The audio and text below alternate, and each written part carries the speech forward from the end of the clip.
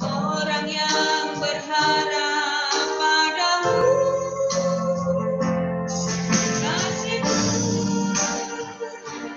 sampai ke langit, setiamu sampai ke awan, kebaikanmu meliputi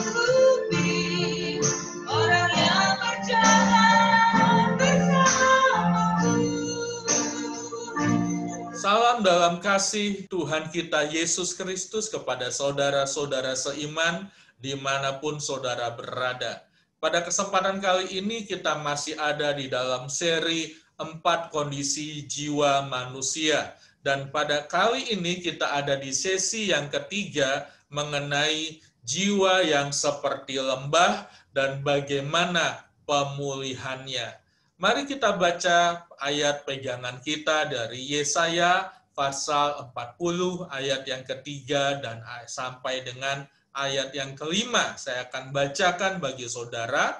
Ada suara yang berseru-seru, persiapkanlah di padang gurun jalan untuk Tuhan, luruskanlah di padang belantara jalan raya bagi Allah kita, setiap lembah harus ditutup dan setiap gunung dan bukit diratakan, tanah yang berbukit-bukit harus menjadi tanah yang rata, dan tanah yang berlekuk-lekuk menjadi dataran. Ayat 5, maka kemuliaan Tuhan akan dinyatakan, dan seluruh umat manusia akan melihatnya bersama-sama. Sungguh Tuhan sendiri telah mengatakannya.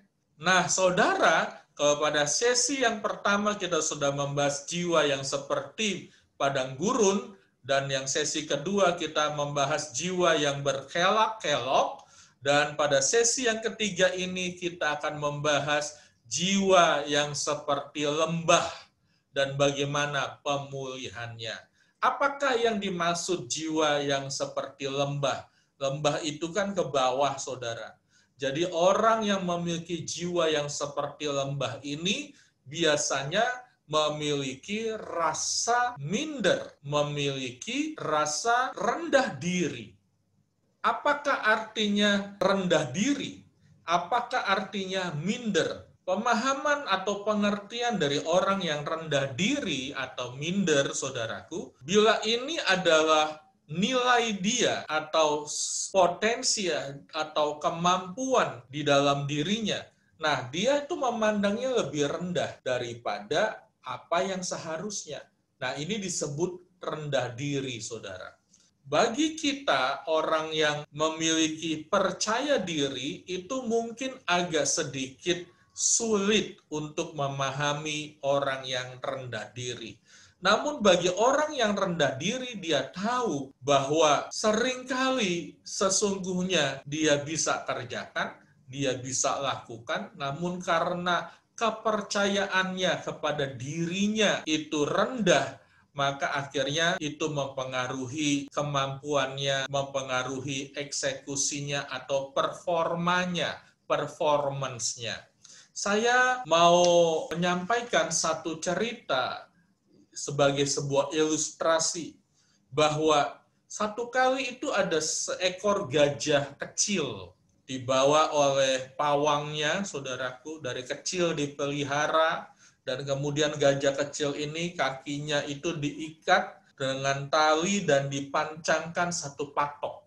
Awal-awal gajah kecil ini berusaha sekuat tenaga untuk melepaskan diri dari ikatan tersebut. Namun karena dia masih kecil, tenaganya tidak cukup besar, akhirnya apa yang dia lakukan itu gagal.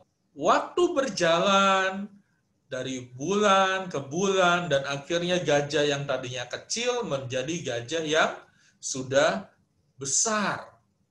Dan yang menarik adalah bahwa kali ini setelah gajah itu besar, tidak ada lagi tali yang mengikat kakinya. Namun posisi gajah ini selalu tidak berada jauh dari patok pancang dari yang pernah kali digunakan si pawang untuk mengikat gajah tersebut. Jadi si gajah yang sudah besar ini tidak ada yang mengikat, tapi gajah ini tidak pernah pergi jauh dari tiang pancang itu, kecuali bersama dengan pawangnya. Nah, apa yang saya mau sampaikan dari kisah ini? Bahwa seringkali ikatan yang terjadi di dalam pikiran, di dalam hati orang, di dalam mental orang, itu kekuatannya jauh lebih besar daripada belenggu secara fisik. Demikian juga orang-orang yang mengalami rendah diri atau keminderan ini, itu pikirannya dan perasaannya, imajinasinya, kekuatannya itu seperti terbelenggu secara mental. Ini harus segera diatasi. Tuhan tidak ingin setiap potensi yang sudah ditanam dalam diri saudara, dalam diri orang ini, itu terbuang percuma, tersia-siakan. Tuhan itu punya rencana indah, Tuhan itu punya rencana mulia. Namun kalau orang ini, kalau saudara tidak membebaskan diri dari belenggu rendah diri ini, keminderan ini, maka semua yang Tuhan sudah sediakan itu tidak mungkin tercapai. Maka semua yang Tuhan sudah sediakan itu tidak mungkin tercapai. Suatu kali di dalam kitab Hakim-Hakim, itu tercatat di dalam pasal 10 ayat 1 dan 2. Saya akan bacakan bagi saudara. Ini bisa menjadi berkat bagi setiap orang yang merasa dirinya rendah diri atau minder ini. Ayat 1 dan 2 dari kitab Hakim-Hakim pasal 10 dikatakan, sesudah Abimelek bangkitlah Tola bin Puwa bin Dodo. Namanya saja sudah lucu ya, Tola bin Puwa bin Dodo. Seorang Isakar.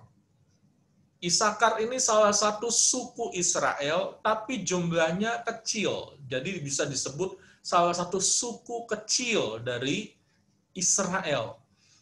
Untuk menyelamatkan orang Israel. Namanya sudah lucu, dari suku yang tidak populer, mungkin salah satu suku yang terkecil, ya. Namun dia bangkit untuk menyelamatkan orang Israel. Ia diam di Samir, di pegunungan Efraim, tinggalnya lagi jauh lagi saudara, ya, di pelosok, di pedalaman, di pegunungan. Dan ia memerintah sebagai hakim atas orang Israel 23 tahun lamanya, kemudian matilah ia, lalu dikuburkan di Samir.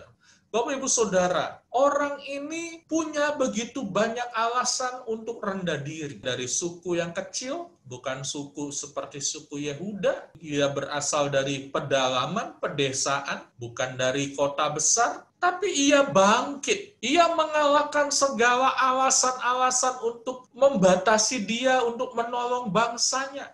Dia bangkit, ada roh Allah yang bergerak dari dalam diri dia. Dia bangkit, ada roh Allah yang bergerak dari dalam diri dia. Dan dia melakukan perkara besar. Dia membebaskan, dia menyelamatkan bangsanya dan menjadi hakim. Hakim itu sebelum Israel memiliki raja, Israel itu dipimpin oleh hakim. Nah, berarti dia menempati satu posisi yang mulia di bangsanya. Kalau kita tidak bisa lepas dari belenggu rendah diri ini, kita akan menjalani hidup ini dan mengakhiri hidup ini dengan banyak sekali potensi kekayaan sorga yang Tuhan sudah percayakan, itu akhirnya tersia-siakan. Lantas bagaimana supaya bisa bebas dari rasa rendah diri? Yang pertama, datang kepada Tuhan Yesus. Akui dosamu karena engkau merasa rendah diri. Itu bukan sesuatu yang Tuhan inginkan. Bertobat sungguh-sungguh. Yang kedua, saudara percaya bahwa di dalam dirimu itu Tuhan tanamkan potensi. Oleh sebab itu, lakukan persiapan dan latihan untuk menjalani, untuk melaksanakan tugas-tugas yang Tuhan percayakan kepada dirimu. Persiapan dan latihan. Tidak ada orang hebat tanpa persiapan dan latihan. Tidak ada orang hebat tanpa persiapan dan latihan. Yang ketiga, percaya bahwa Tuhan memberikan engkau kemampuan. Dengan saudara melakukan 3 langkah ini, secara perlahan-lahan, saudara akan mengalami proses perubahan, pemulihan, transformasi dari dalam diri saudara. Saudara akan melihat apa yang dulu kamu anggap tidak mampu kamu lakukan, bersama dengan Tuhan kamu kerjakan dan selesaikan hal itu. Puji Tuhan. Orang yang rendah diri itu percaya pada dirinya bahwa dia tidak mampu lakukan. Tapi orang yang percaya bahwa Tuhan memberikan kemampuan, dia bukan hanya percaya kepada dirinya, tapi dia percaya kepada Tuhan yang memberikan dia kemampuan. Dia bukan bersandar pada kemampuannya sendiri, tapi dia percaya kepada Tuhan yang memberikan dia kemampuan, sehingga dia bisa mengerjakan apa yang dipercayakan. Puji Tuhan, haleluya. Izinkan saya berdoa bagi saudara. Di waktu ini, di masa ini, di kesempatan yang penuh dengan kasih karunia Tuhan ini. Haleluya. Saudara, izinkan saya berdoa. Tuhan Yesus, Engkau melihat saudara-saudaraku yang menyaksikan video ini. Mungkin mereka merasa rendah diri. Mungkin mereka terbelenggu dengan keminderan. Mungkin pikiran mereka, potensi mereka terpenjara oleh rasa rendah diri ini. Namun pada kesempatan kali ini, di dalam nama Tuhan Yesus, segala roh minder, roh rendah diri, aku tolak, aku usir di dalam nama Tuhan Yesus. Benih-benih pikiran rendah diri, akar-akar pikiran rendah diri, aku cabut di dalam nama Tuhan Yesus. Terimalah kemerdekaan di dalam Yesus. Terimalah kemerdekaan di dalam Yesus. Dan biarlah Roh Kudus membangkitkan keberanian. Roh Kudus membangkitkan potensi-potensi sorga yang ada di dalam diri saudara-saudaraku ini. Di dalam nama Tuhan Yesus. Dan biarlah pemikiranmu terbuka, biarlah perasaanmu terbuka, biarlah imajinasimu terbuka, bahwa di dalam dirimu ada potensi ilahi, ada penyertaan Tuhan yang menjadikan engkau mampu mengerjakan segala hal yang Tuhan tugaskan dan percayakan kepadamu. Di dalam nama Tuhan Yesus, meteraikan firman ini, biar bangkit orang-orang yang percaya kepada Tuhan, dan disertai Tuhan di tengah-tengah bangsa ini, untuk menjadi terang, untuk menjadi berkat, untuk menjadi garam di atas bangsa ini. Di dalam nama Tuhan Yesus Kristus. Amin, amin, amin. Bersyukur bisa berbagi firman dengan saudara.